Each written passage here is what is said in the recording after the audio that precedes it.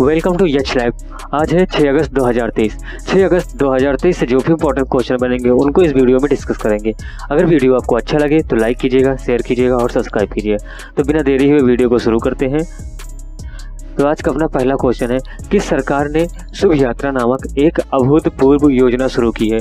तो किस सरकार ने शुभ यात्रा नामक एक अभूतपूर्व योजना शुरू की है? तो शुरू की है केरल सरकार ने। कौन से दोस्तों? केरल सरकार ने की है। कौन सा दोस्तों? केरल सरकार ने की है। अब केरल सरकार ने की है तो मैप में केरल देख लेते हैं और केरल सरकार के बारे में जान लेते हैं। ठीक है, शुभ यात्रा योजना इच्छुक विदेशी नागरिक जो शुभ यात्रा योजना है इच्छुक विदेशी नौकरी चाहने वाले, ठीक है, के सपने में आने वाली वित्तीय बाधाओं को दूर करने के लिए एक व्यापक समाधान प्रदान करती है। ठीक है, जो यह योजना है विदेशी रोजगार कौशल सहायक नामक एक आसान ऋण प्रदान करेगी जो प्रवासन के लिए प्रारंभिक खर्चों को कवर करती है। ठीक है, ऋण राशि प्राप्तकर्ता देश में उनके निवेशकर्ता द्वारा उम्मीदवार को दिए जाने वाले वेतन के समानुपाती होगा। ठीक है, अगर बात करें योजना के सफल कार्यान्वयन को सुनिश्चित करने के लिए राज्य सरकार ने राष्ट्रीयकृत और अनुसूचित बैंकों के साथ भी क्या करेगी? सहयोग करेगी। ये बैंक पात्र उम्मीदवारों को आसानी से क्या करेंगे? ऋण प्रदान करने के लिए जिम्मेदार होंगे। ठीक है, इसके अतिरिक्त सरकार ब्याज छूट के लिए वित्तीय सहायता प्रदान करेगी और ऋण के लिए उन्हें 6 महीने का अवकाश प्रदान भी करेगी। ऋण के लिए उन्हें 6 महीने का अवकाश भी देगी। ठीक है, अगर बात करते हैं शुभ यात्रा योजना के समर्थन में केरल सरकार ने प्रवासियों को कर अवकाश और ब्याज छूट प्रदान करने के लिए चालू वित्तीय वर्ष 2 करोड़ आवंटित किए। कितने किए दोस्तों? 2 करोड़ आवंटित किए हैं। ठीक है, कर अवकाश और ब्याज छूट का उद्देश्य पहली बार प्रवासियों पर वित्तीय बोझ को कम करना और राज्य से उच्च गुणवत्ता वाले पेशेवर प्रशासन को बढ़ावा देना है। ठीक है, अगर बात करें सॉफ्ट लोन का जो लाभ उठाने वाले उम्मीदवारों को उधार ली गई राशि चुकाने के लिए 3 साल की छूट अवधि मिलेगी। कितने साल की दोस्तों? 3 साल की छूट की अवधि मिलेगी। और इस लचीली पुनर्भुगतान योजना से प्रवासी जो है तो उनके लिए संक्रमण से क्या है आसान बनाने में और उन्हें तत्काल वित्तीय तनाव के बिना अपने विदेशी करियर को खुद स्थापित करने पर क्या करेंगे? ध्यान केंद्रित करने की भी उम्मीद है। ठीक है, तो आप इतने बारे में जानते रहना। ठीक, इतना याद रखिएगा इसके बारे में। अब बात आई है केरल की, बात कर लेते हैं केरल की। ठीक है, स्थापना का वही 1 नवंबर 1956 वही। राजधानी की बात करें तिरुवनंतपुरम या त्रिवेंद्रम है। मुख्यमंत्री कौन है? पिनरई विजयन है। राज्यपाल की बात करें आरिफ मोहम्मद खान है। क्षेत्रफल की बात करें 38,883 वर्ग किलोमीटर है। अगर समुद्र तट की बात करें 595 है। कुल जिले की बात करें 14 है। लोकसभा 20 है। राज्यसभा 9 है। विधानसभा की बात करें 141 है। राजकीय वृक्ष की बात करें नारियल है। राजकीय फूल की बात करें मलतास है। राजकीय पशु की बात करें तो भारतीय हाथी है। राजकीय मछली की बात करें तो ग्रीन क्रोमाइड है। और राजकीय पक्षी की बात करें धनेश है। भाषा कौन है? मलयालम है। अगर मुख्य फसलें की बात करें तो नारियल है, चाय है, कॉफी है, काजू है और मसाले हैं। तो आप इतना क्या है आप केरल के बारे में याद रखिएगा। ठीक है, बात करते हैं नेक्स्ट क्वेश्चन की।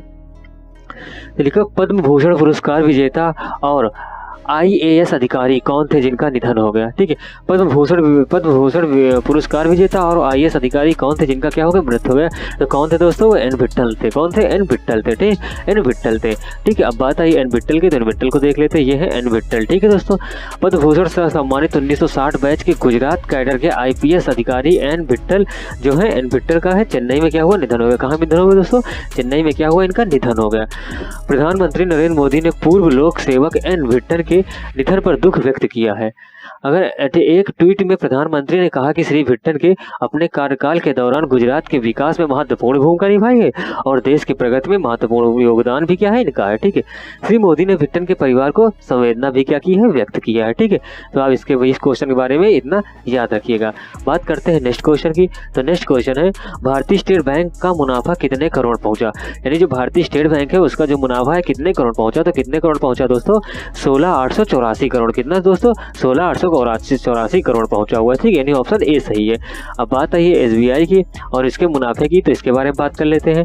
ठीक है, जून तिमाही के दौरान में बैंक 95,975 करोड़ रुपए की ब्याज आय अर्जित की है, जो 1 साल पहले इसी अवधि में 72,676 करोड़ रुपए थी। ठीक है, बैंक की सकल गैर निष्पादित आस्तियां जून के अंत में घटकर कितने 2.76% रह गई थी और 1 साल पहले समान अवधि में 3.91% थी। ठीक है, इसी तरह शुद्ध एनपीए भी जून में क्या 2023 में घटकर 0.71% रह गया है, जो एक साल पिछले 1% था। एकीकृत आधार पर एसबीआई को शुद्ध लाभ भी दोगुना बढ़कर 18,537 करोड़ रुपए भी क्या हो पहुंच गया है। ठीक है, जो इससे पिछले वित्त वर्ष समान तिमाही में कितना था, 7,325 करोड़ रुपए था। ठीक है, अगर बात करते हैं एसबीआई की, तो ठीक है, एसबीआई का ये लोगो है।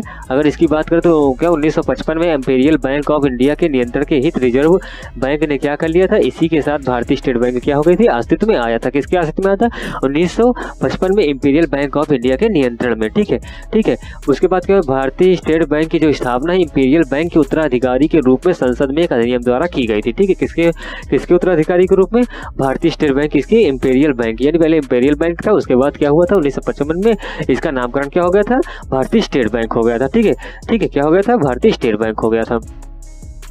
नेक्स्ट क्वेश्चन की बात करते हैं, तो कितने रेलवे स्टेशन बनेंगे, ठीक है, वर्ल्ड क्लास। ठीक है, कितने रेलवे स्टेशन वर्ल्ड क्लास बनेंगे, कितने बनेंगे दोस्तों, 508। कितने हैं दोस्तों, 508 है। ठीक है, यानी 508 रेलवे स्टेशन जो है वर्ल्ड क्लास बनेंगे। ठीक है, अब बात करते हैं इन रेलवे स्टेशनों की।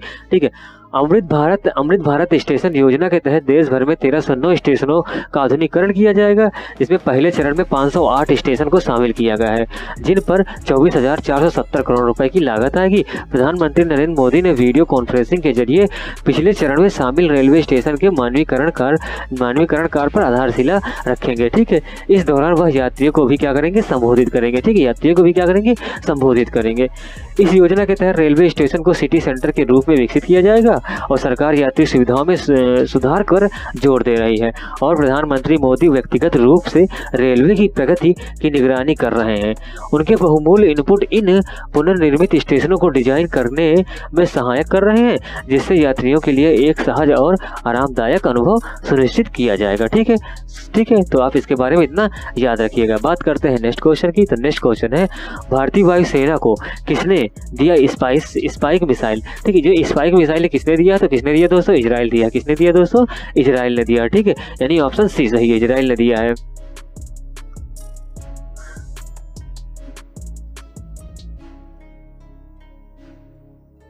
ठीक है, अब बात आती है इंडियन एयरफोर्स। ठीक है, इंडियन एयरफोर्स ने इजराइल से air launch spike non line of site anti tank guided missile ATGM प्राप्त किए हैं, जो हेलीकॉप्टर से 50 किलोमीटर और भूमि से 32 किलोमीटर तक टारगेट को क्या कर सकती है, मार सकती है। NLOS मिसाइल को रूसी मूल के M15 या V5 हेलीकॉप्टर के फ्लीट से मिलाया जाएगा, जो कजान हेलीकॉप्टर द्वारा निर्मित होगा। ठीक है, यह इजराइल कंपनी ठीक है, राइफल एडवांस डिफेंस सिस्टम्स ने डिजाइन किया है। इसके विभिन्न कॉन्फ़िगरेशन उपलब्ध हैं, जिसमें मैन पोर्टल, वाहन प्रयोग और हेलीकॉप्टर वेरिएंट्स प्रकार शामिल है। ठीक है, इसमें फायर और फॉरगेट यानी भूल जाना, फायर करके भूल जाना सिस्टम का भी क्या इस्तेमाल किया है। ठीक है, जिससे लॉन्च से पहले ही लॉक ऑन और स्वचालित सेल्फ गाइडेड फीचर होते हैं। अगर बात करें स्पाइक के लंबे और विस्तृत दूर संकरणों में फायर आवर्स और अपडेट संचालन मोड पर क्या उपयोग होगा। एयर लॉन्च्ड स्पाइक यानी NLOS ATGM बहुत दूर से ही भूमि के लक्ष्यों के खिलाफ स्टिक हमले करने में की क्या क्षमता रखते हैं। ठीक है, इसमें दुश्मन टैंक गणों को भारी क्षति पहुंचाने और उनके आगे की चाल को सफलतापूर्वक रोकने की क्षमता होती है। अगर बात करें इसकी खिलाफत रेंज और पासिक मार्गदर्शन के कारण इसकी जीवित रहने की सर्वोच्च स्तर की क्षमता होती है। ठीक है, यह anti access area denial to डेडी टारगेट को संभालने भी क्या है सक्षम है। अब बात करते हैं स्पाइक NLOS ATGM की जो सीमित यात्रा को ऑर्डर पर रखा गया है। मेक इन इंडिया दृष्टिकोण के माध्यम से इन मिसाइलों को अधिक मात्रा में क्या करना, उत्पादन करने का भी क्या है इरादा है। ठीक है, किसका इरादा है, इंडिया सरकार के मेड इन इंडिया के तहत। बात आई इजराइल की, तो ये है मैप में दोस्तों इजराइल। ठीक है, इसके प्रधानमंत्री बेंजामिन नेतन्याहू है। इजराइल के राष्ट्रपति की बात करें आइजैक हारगोज है। अगर इजराइल की राजधानी क्या है, यरूशलेम है। और इजराइल की मुद्रा क्या है, न्यू इजरायली शेकेल है। क्या है दोस्तों, न्यू इजरायली शेकेल है। ये इजराइल एक तरफ इजिप्ट है, जॉर्डन है। ठीक है, ये सीरिया है। ठीक है, ये इसके क्या है कुछ, ठीक है, लेबनान है। ये क्या है, इसके कुछ पड़ोसी राज्य है। कौन है दोस्तों, पड़ोसी राज्य है। किसके राज्य है, ये इजराइल के। ठीक है दोस्तों, इजराइल के पड़ोसी राज्य हैं। बात करते हैं नेक्स्ट क्वेश्चन की, खोए हुए, ठीक है, किसने खोए हुए अंतरिक्ष यान से फिर से संपर्क स्थापित कर लिया? तो किसने कर लिया दोस्तों? नासा ने, यानी ऑप्शन बी सही है। यानी नासा ने क्या है, अपने खोए हुए अंतरिक्ष यान से फिर से संपर्क क्या कर लिया? स्थापित कर लिया है, ठीक है। अब बात आई है नासा की, तो नासा को देख लेते हैं। यह है नासा।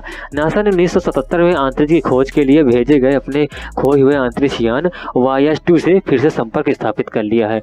दरअसल जुलाई में अंतरिक्ष यान को एक गलत कमांड भेजा गया था, जिससे उसकी स्थिति बदल गई थी और संपर्क भी क्या गया था? टूट गया था, ठीक है। अंतरिक्ष यान समान रूप से काम कर रहा है अभी, ठीक। अगर स्थापना की बात करें नासा की, तो नासा की स्थापना कब हुई? 29 जुलाई 1958 में हुई थी। और इससे पूर्व, ठीक है, पूर्ववर्ती संस्थाएं कौन है? ठीक है, NACA है, जिन्हें 1915 से 1958 में स्थापित किया गया, ठीक है।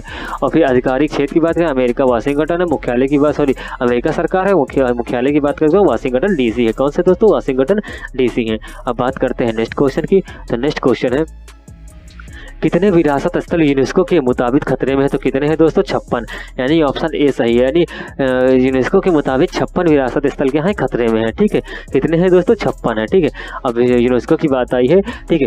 यूनेस्को की world heritage in danger list में शामिल 56 स्थलों में वियना का ऐतिहासिक केंद्र, ऑस्ट्रिया आबूमेना, ठीक है, यानी जो मिस्र का है, सुमात्रा का उष्णकटिबंधीय वर्षावन, विरासन इंडोनेशिया, ओडिशा का ऐतिहासिक केंद्र यूक्रेन और कैलिफोर्निया की खाड़ी के द्वीप हुआ संरक्षित क्षेत्र भी क्या है? मैक्सिको।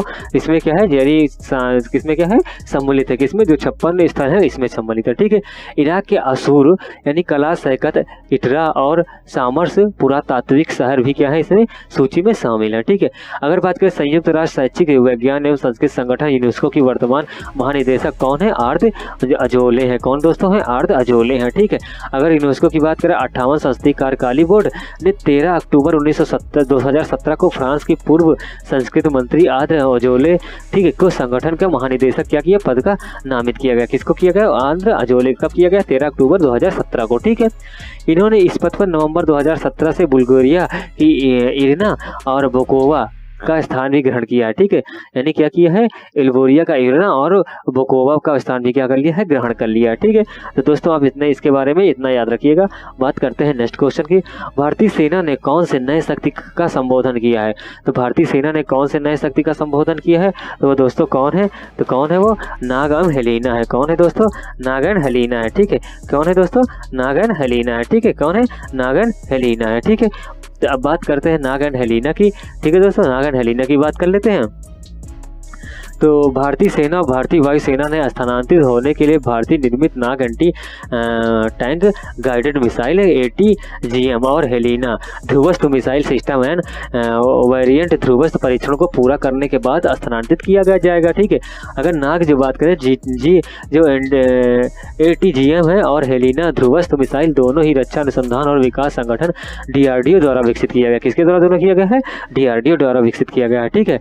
और भारतीय डायनेक्स लिमिटेड BDL द्वारा निर्मित किए गए हैं, ठीक है। जो नाग है वो सरफेस टू सरफेस मिसाइल है और ध्रुवस जो है क्या है? एयर टू सरफेस मिसाइल है, ठीक है। कौन है? एयर टू सरफेस मिसाइल है।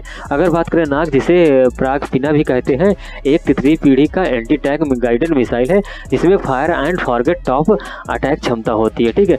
अगर नाग ATGM की बात करें, integrated guided missile development program है, ठीक है। और इसके तहत क्या विकसित किया गया है, जिसने अग्नि, आकाश, त्रिशूल और पृथ्वी जैसे 4 अग्नि मिसाइल भी शामिल है, ठीक है। अगर नाग की बात करें, चालू रेंज लगभग 4 किलोमीटर तक अपने, ठीक है। और इसमें एक तंतुबल उच्च विस्फोटक एंटी टैंक वॉरहेड होता है, ठीक है। अगर नाग ATGM की लंबाई की बात करें 1.834 मीटर है, व्यास की बात करें 0.158 मीटर है और इसका वजन लगभग 44 किलोग्राम है। कितना? 44 किलोग्राम। हेलेना एक air to surface missile system है जो एडवांस लाइट हेलीकॉप्टर से चलाया जाता है, ठीक है। ALH में 2 ट्विन लॉन्चर होते हैं, एक प्रत्येक तरफ, जिनमें प्रत्येक 8 मिसाइलें होती हैं, ठीक है। इसकी चालू रेंज लगभग 7 किलोमीटर तक होती है और इसकी लंबाई 1.946 मीटर और व्यास की बात करें 0.150 मीटर होती है, ठीक है। इसमें एक high resolution imaging infrared Sikar भी होती है जो lock on before launch mode का काम भी करता है, जो आवासपूर्ण मौसम और स्थितियों में स्वचालित लक्ष्य पहचान की ट्रैकिंग कार्य करने की क्या है? क्षमता रखता है, ठीक है दोस्तों। क्या है? क्षमता रखता है, ठीक है। ठीक है दोस्तों, तो आज के लिए इतना ही। मिलते हैं नेक्स्ट वीडियो में। अगर वीडियो आपको अच्छा लगा हो तो लाइक कीजिएगा, शेयर कीजिएगा और सब्सक्राइब कीजिएगा दोस्तों।